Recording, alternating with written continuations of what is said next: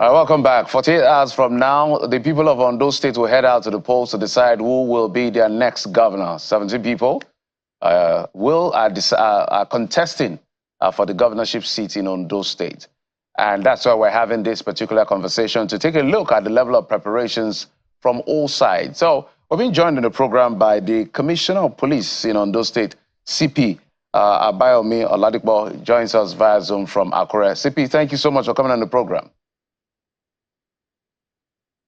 Good morning. Thank you for having me on the program. All right, also joining us still from Akure, because everybody's literally on ground to make sure this happens and everybody is effective to deliver on that particular day. Executive Director of Programs, Director of Programs rather, of YIAGA Africa, Cynthia Bamalu. Cynthia, thank you so much for joining us on the program.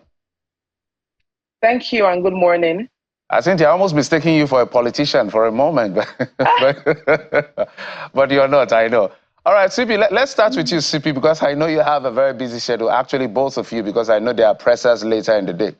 CP, maybe you bring us up to speed as to the level of preparations in terms of the security agencies led by the police, which is actually the frontline security agency for this particular exercise, because Amboteku, every other corps has been banned, and it's only the Nigerian police that is statutorily responsible for this exercise.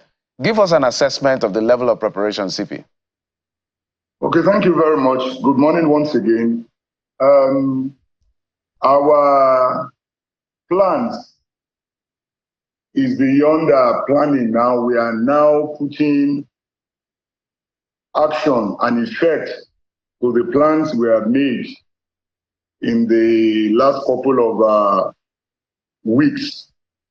As I speak, we have commenced deployment of material and assets of the force, both the ones that belong to the states and the ones deployed courtesy of the Inspector General of Police, IGP Adeolu Egbetokun, PhD, MPM. As I speak, tactical teams from the force headquarters have joined us in the states to support us to provide security during this election period. We have the support of the other agencies that I'm quite aware that their personnel and materials are already in the States. We are able to have this luxury because this is an off-cycle election, and I'm sure the eyes of the world is focused on Ondo State. We have done our threat analysis of the 18 local government areas of the state. And we have simulated it with the ones submitted to us by INEC, DSS, and the Force Intelligence Department. To be quite honest with you, we are good to go, and I can tell you that the people of Ondo State will have free atmosphere to perform their civic responsibility. Thank you. All right, CP, so let's put a bit of facts now. How many policemen are deployed to Ondo State for this particular exercise? I know you said you've done your threat assessment. Also, where are the places that the police is actually concerned? I know everywhere is your jurisdiction, but like in every other election, in every other state, there are places that are of serious concern, and what you intend to do before we now get to Cynthia's responses. Okay, thank you. The planning deployment for those who will be at the 3,933 polling units spread across the 3 senatorial zones and 18 local governments of the state. We are deploying, apart from other agencies that will support us police will be deploying over 15,000 to the polling units, which will be supported by other sister services in the states. As per the threat assessment, we have focus on the whole state. However, our attention is more focused on Idore local governments, or local governments, some parts of Ose local governments.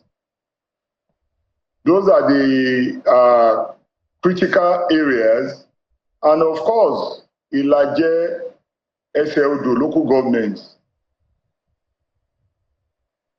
For Akoko, we have some areas that we have eyes on, but I can tell you that the whole state is our area of focus. Thank you.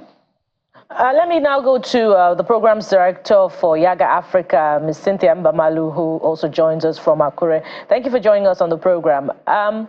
According to reports, there's an unusual tranquility that has characterized this round of electioneering campaign for the 2024 Ondo governorship election, unlike what had obtained in the past in 2020 and in 2016.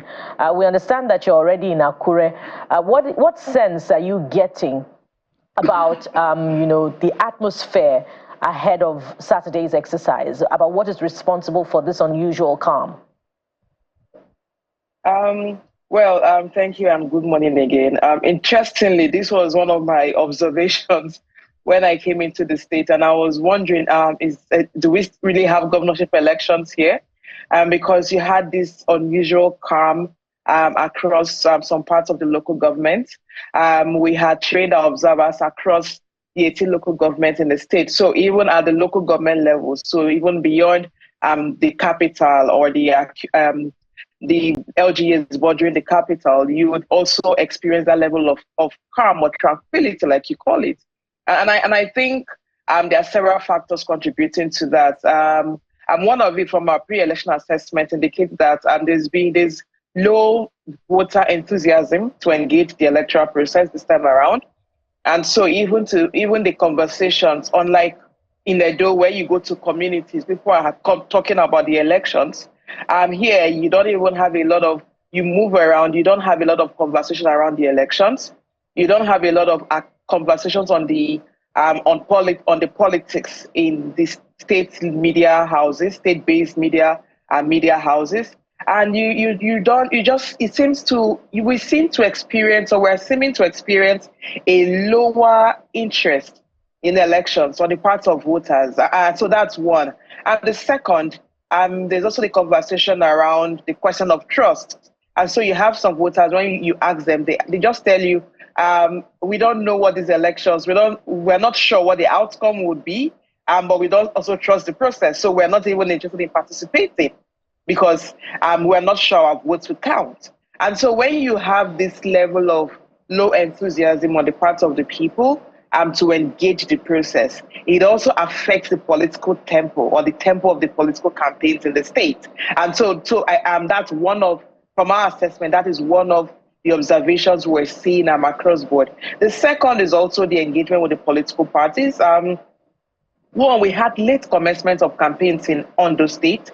In fact, a lot of the political public campaigns, we had a lot more of them from October 15th.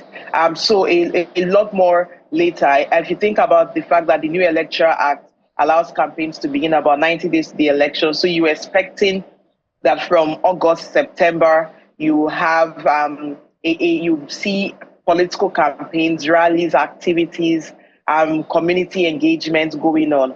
But we observed that we had late commencement of political public campaigns. There were conversations going on some social media platforms, but when you think about the major activities that you see to give you that sense of we're having elections here, we saw a late commencement of that. So that may also have contributed to the supposed tranquility. Now, I'm not saying that peace or tranquility is not good. We need that peace and tranquility. We're just saying the political tempo. So perhaps the word to use is the usual excitement and the gyrations and the rallies and all you see and the debates happening in market, in newspaper stands or marketplaces and community halls around the elections that you usually see. We're seeing very little of that. But so I think the other thing was the late commencement. And perhaps the third factor may also be lethargy. I think a lot of people are getting tired. We almost have elections every year in Nigeria. And for a state like Ondo that has off-cycle elections, they were just through with their presidential and presidential and legislative elections last year. And now this year again, we have elections. We just came in from Edo. We had 3 off-cycle last year. And then there are also some by-elections that have been going on. And so if you think about that, it's also that sense of perhaps people are also getting a bit tired of elections. This is towards the end of the year within an economic crisis situation, because you also think about the economics. A lot of people really are just looking for their daily bread and not interested about the election. So there is also that thing about these elections has not delivered good governance. Let's focus and get our daily bread. Because there's hunger in the land, there's still incidents of kidnapping going on. So there's that security war concerning within the state also. So if you put all of these factors, you can see these are perhaps contributory factors to the elections, and the politicians are not necessarily speaking on the issues that people want to hear about. And so we are not surprised to see this level of, I would say, more of lack of enthusiasm and low political tempo, because I think peace is good, and we like the fact it's calm, but it's just that excitement you see usually during elections. We're not seeing that in other states.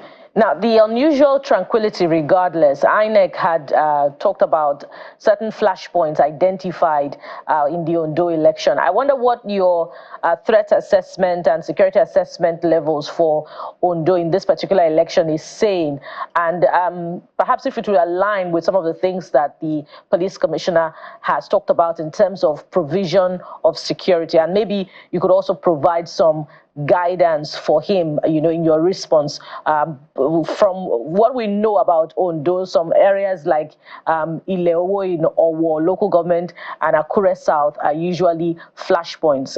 Help us confirm if there's little to worry about from those areas for this particular election. Yes, you mentioned Akure South. I was actually taking a look at our map because we identified different forms of threats. There is the one related to cults and kidnapping activities, which we observed in Ose local government, and then proliferation of small arms and light weapons and recruitment of thugs. We have seen that from our first reporting to the second reporting in Akure South and in Ondo East. And then also reports of political tensions in Irele. We have in Irele and Ilaje local government. And also if you go further up, you have in Akoko North East, Akoko South East, and Akoko Southwest.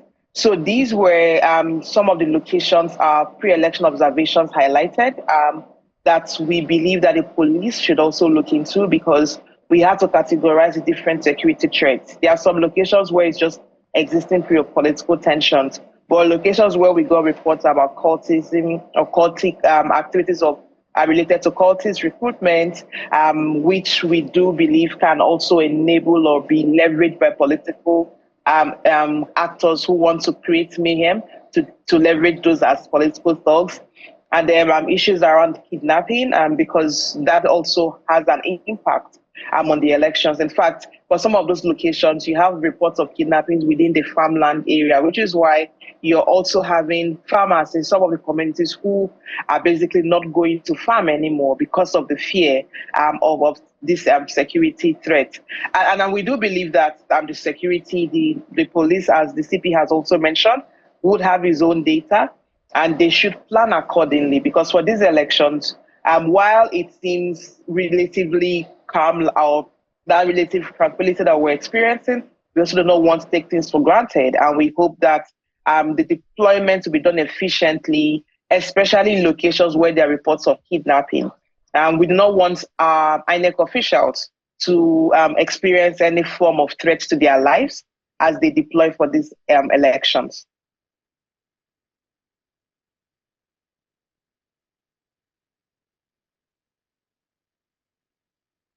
CP, you're the man in charge of security besides the ones that will be sent from the headquarters in Abuja and every other person that will be deployed across board. So let's begin with this issue of vote buying. The political parties have been bickering over the issue of vote buying. We can almost say that there will be vote buying, not because we're prophesying, but because we've seen these elections, the one that just happened in Edo State. There were issues of vote buying reported by civil society organizations as well as election observers. So what are you putting in place? Because vote buying is a crime. It just takes away the voice of the people, or the voice of the people to be able to freely exercise their franchise, more like buying them over at the end of the day. We can't explain enough what that means. So what is the police doing to ensure that is maybe not going to happen, or it's as minimal as possible, working with the EFCC? Okay, thank you very much. Vote buying is a crime, and I can tell you that it is not activity that is done in the open. And vote buying most times does not happen during the election proper. Sometimes it is done before the election, but we are in conjunction with the ICPC and the EFCC in the state, working together. And of course, most of these vote buying are not done by physical card. It is done from our own assessment by transfer, electronic transfer. That is beyond the purview of the police to come about. But for the physical buying that will happen at the polling units, the officers that are deployed have been mandated. And in actual fact, we have conducted training to let them know that there are offenses that they need to look out for, which could compromise the integrity of the election. It is a fact that it happens, but we are on it to ensure that it doesn't have much impact on the electoral process. We had meeting with INEC, EFCC, and the ICPC, and in fact, the National Orientation Agency has been sent out to orientate the people against selling their votes and selling of their conscience and their ability to vote for a candidate of their choice, not based on the financial inducement that must have been given to them. Speaking frankly, we are on it, and I can tell you that if this happens at the polling unit or within the neighborhood of the polling unit, then they will be caught and they will be processed according to the extant laws of the land. But CB, regardless of those assurances, we've seen time and again in past elections how police officers look the other way, when vote buying is going on in proximity to polling units, and even in fact in proximity to where the ballot box is stationed. So I wonder if your assurances will go so far, make any difference in this election. But relatedly, I want you to speak to us about what the force is doing to ensure the neutrality of police officers in this election. Has their welfare been taken care of adequately such that there would not be reports about acting in favor of any party in this exercise?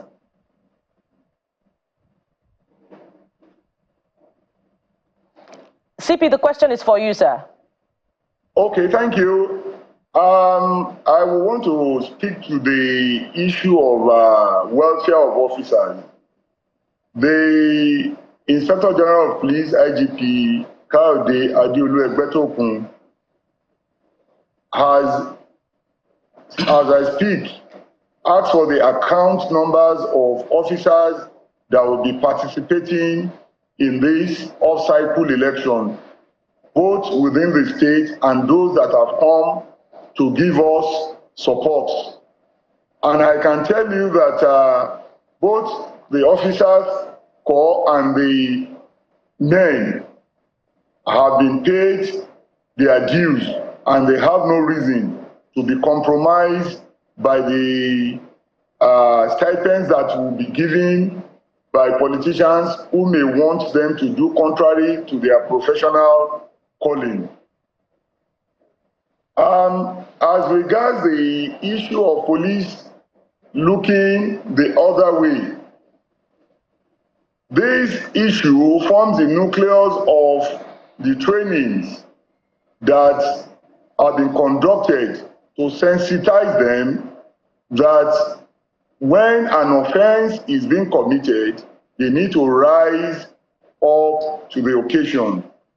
The election is coming up in the couple of hours, and when you go around, you will see a change of attitude from old to new attitude towards doing that which is proper.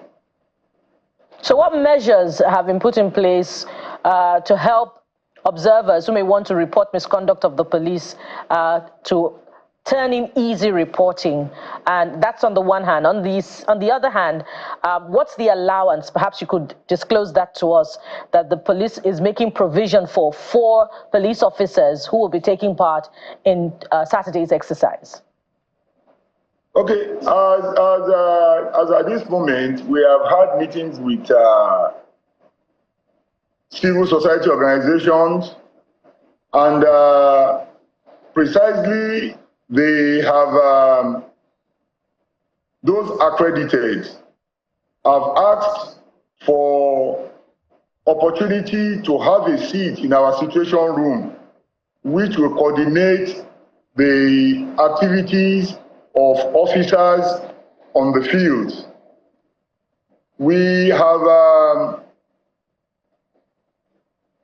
the situation room is going to be populated by security agencies representatives at the police headquarters, and with the representative of the CSOs at the situation room, it will create a seamless opportunity for them to report what is happening on the field. And the situation room affords us to have a real-time view of what is happening outside there, apart from the report that will be forwarded to the situation room, which the patrol teams that have been deployed to attend to emergency response in the polling units. Of course, you know that policemen and other security agencies that will be posted to the polling units will not be bearing arms. But the patrol teams that will respond to distress have been mandated whenever they are called, they should move in and do the needful. And in fact, this will give the movement of the police armed team will give a sort of confidence building to the officers that are posted and the people that are voting too, to be sure that their safety and security is assured. Let's take it back to Cynthia. Cynthia, let's talk about INEC for a moment. I know your eyes are really on INEC, just like every one of us, which is quite critical, because we've always said that if we get the police and INEC right, a lot of the level of integrity of our elections will get better. And thank God the CP is here to speak on behalf of the security agencies. And you're here to also tell us what you're observing with INEC. We remember what happened in Ondo, that I'm sure will be a subject of litigation at the tribunal, and as far as the case can go, if it's followed through, when it comes to collating election results, that's where we really, I think we are having a bit of an issue right now, where it was said that from the polling unit, I think it went straight to the ward and then skipped the local government. There's supposed to be a sequence. So walk us through the assurances you're seeing and getting from INEC as far as following through with their guidelines is concerned. In 2023 general election, we had issues with guidelines. And we've had issue with guidelines as far as this election. They set these guidelines and then something else happened. So it's always a concern for us. So what are you seeing? What assurances are you getting? And what will you be monitoring to see that it follows through? INEC is an institution created by law, and we want to believe that because it's an institution created in the Constitution, that they would, at least for every election, make improvements in one, adhering to the law and to their guidelines, which you mentioned is they design and develop the guidelines. And so it's their document and it's their policies. And so one of the things we're hoping to see, based on the assurances from the stakeholders engagement that has happened, from the several meetings with INEC, because there's also the quarterly meeting that happens with the Electoral Commission in the headquarters in Abuja with TSOs. There's one with media and political parties. If we put all of the planning that we've gotten from INEC and the assurances from the Electoral Commission, we would say that INEC has provided information that they are ready for the elections. We've also observed deployment of both sensitive and non-sensitive materials. INEC had a mock accreditation to test the beavers in about 6 local government areas, which we observed in some local governments, the testing of the bimodal voter accreditation system. And so if we follow the planning, we can say that, yes, INEC is on course and it's implementing its activities based on its schedule of activities for the elections. However, as observer groups, we observe the elections based on, one, the Electoral Act provisions and the guidelines for elections. That is what informs how we design our checklist.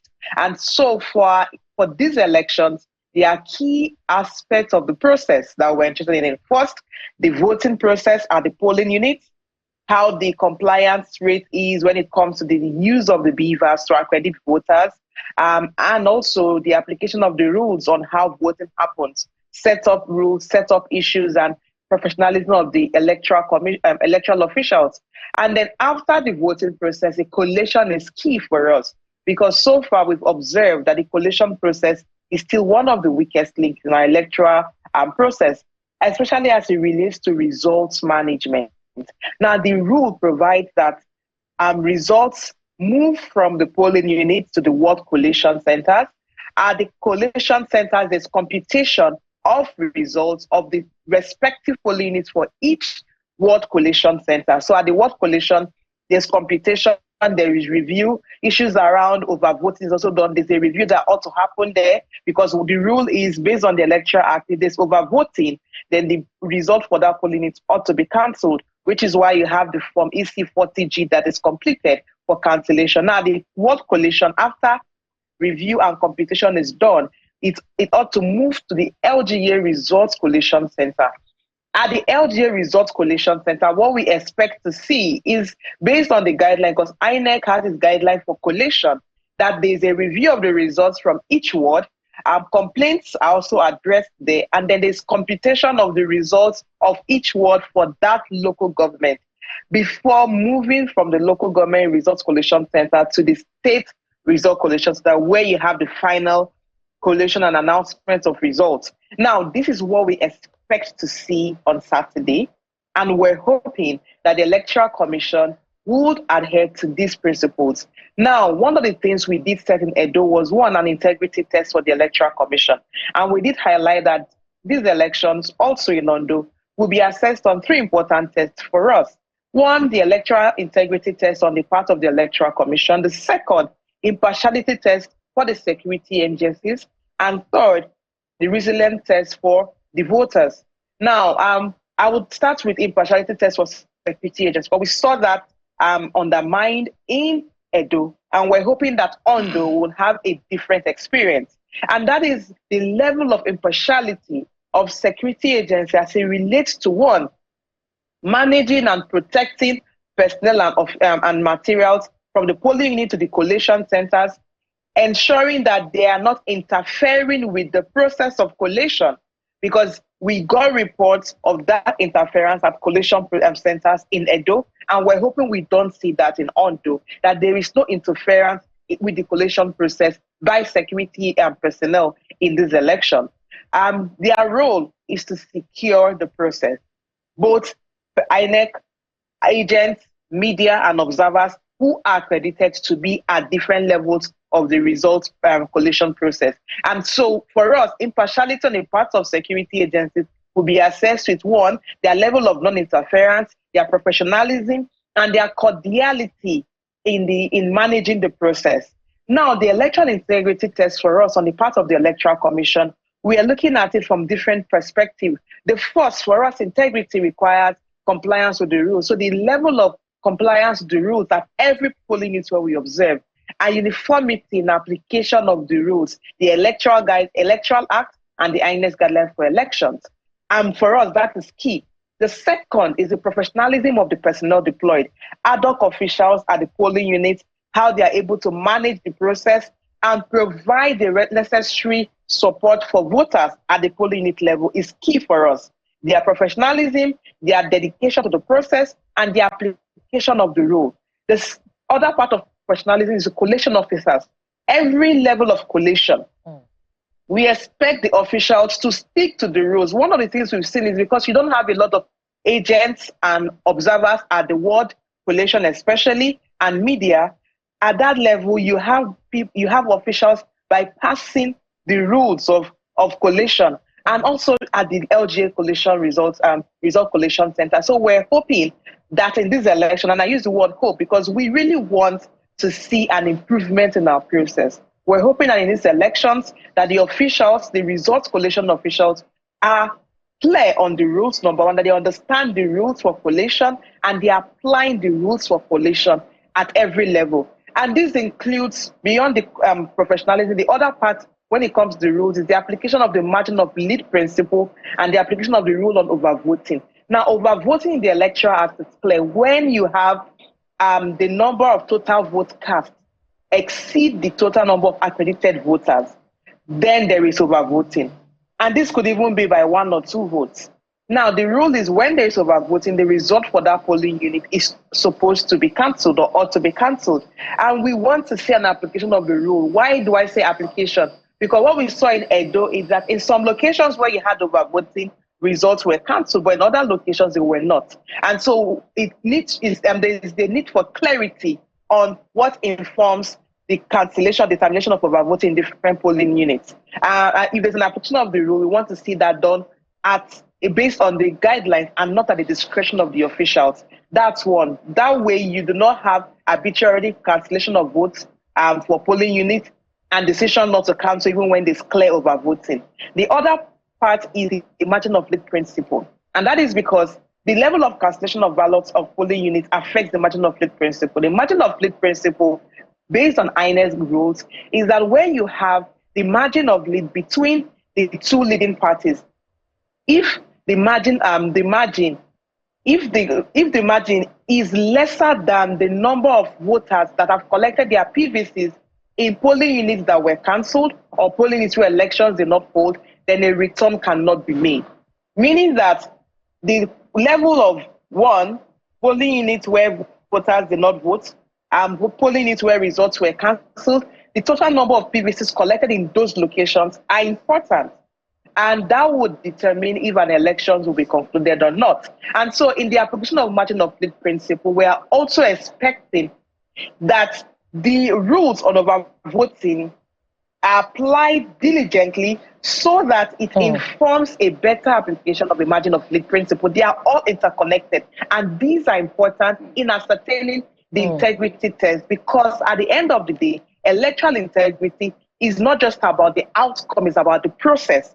If the process is not credible, it invalidates or raises questions on the outcome. And so for us, process and the results are important because they are interconnected, and that is what determines if an election has met integrity test and if voters can trust the process. And I clearly put this earlier, that is elections. The reason you're seeing lower interest is because when voters begin to lose faith in the electoral process, it affects their level of interest in the process, which is why we're seeing lower turnout. You saw Edo, we had lower voter turnout. We're also projecting a likelihood of lower turnout in these elections. And so for INEC, honestly, and the security press officials, this is an important election for them to re-inspire trust and faith in our electoral process. Yeah, and I'm going to return to you on those very thorny issues that you raised about the integrity of the process, particularly from the time of collation of results to the presentation at the INEC office in the state. But let's come to the CP now.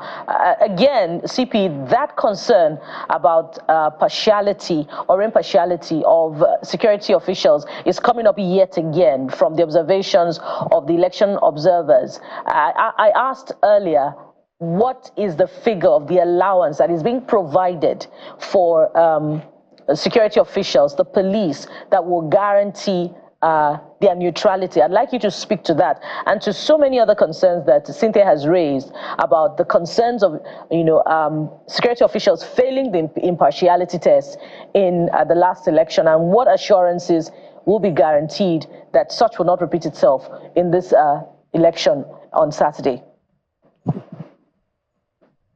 Okay, thank you very much. The issue of impartiality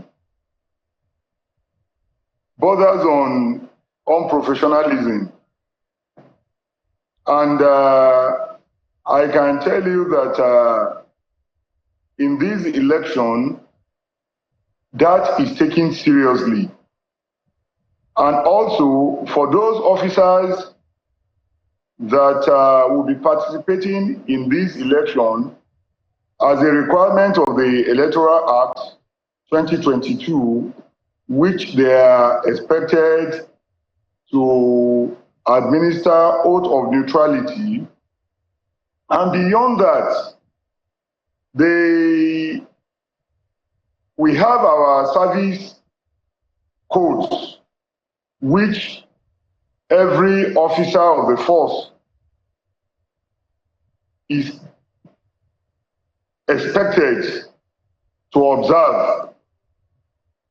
We have officers that will be going out to monitor the activities of policemen posted to the polling units and the policemen that are supposed to be moving around the areas to ensure that the voters have some level of confidence to be able to go out to perform their civic responsibility.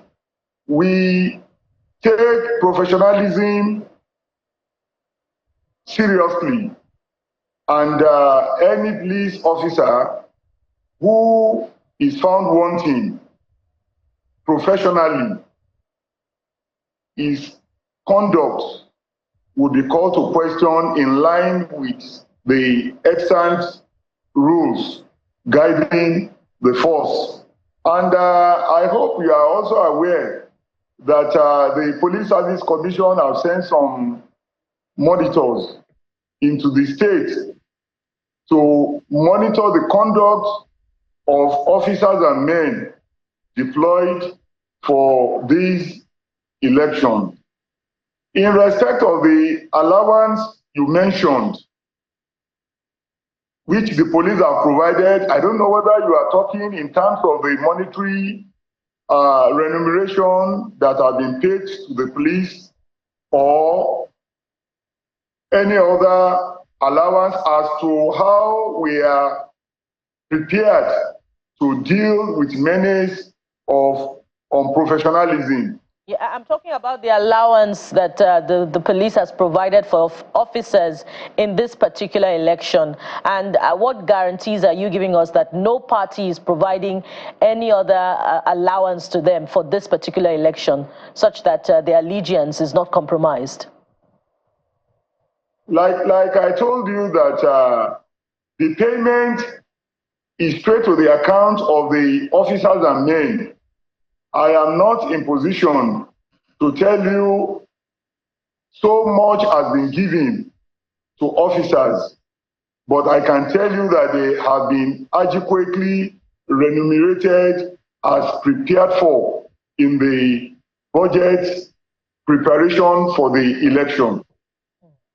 Well, the question is important, CP, because in the past, opposition political parties had alleged that ruling parties made provision for allowance for police officers in governorship elections. But let me come to you now, Cynthia. Particularly, I'd like you to speak to the concern about the process of collation of results from polling units to the INEC Collation Center, where a return will be made. Time and again, we've had this conversation about how that process is not open to the media. And, you know, in the most recent elections, we've heard about opposition parties alleging that, you know, other collation centers, other than the ones that we know, have been open sometimes in state government offices.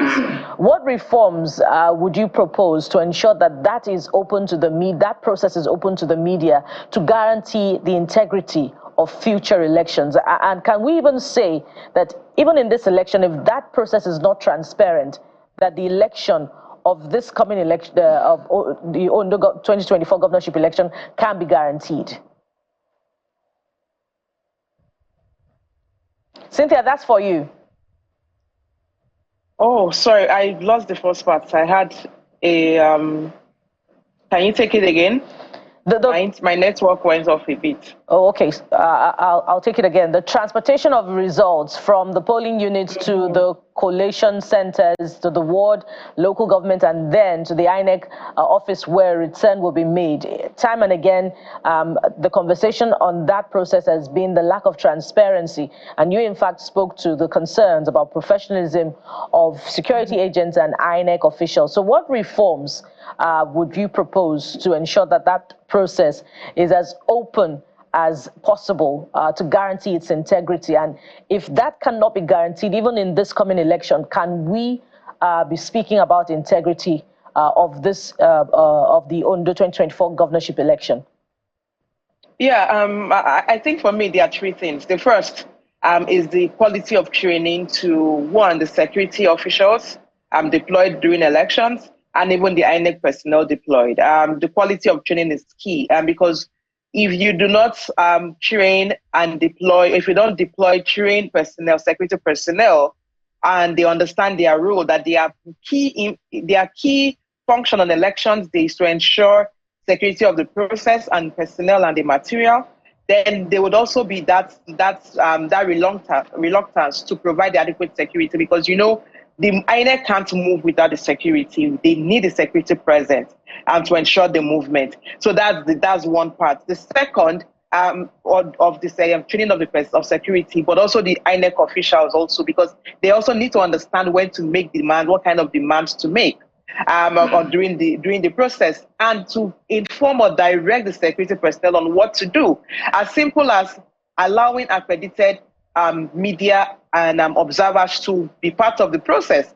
There are times when security personnel are the ones asking people to leave, and the INEC officials are quiet. You're meant to say, oh no, these guys are accredited, they ought to be part of the process. Same also as party agents. That's one part. The second, for me, is when it comes to the transportation, is also the conversation that we have around understanding the routes and application of the routes.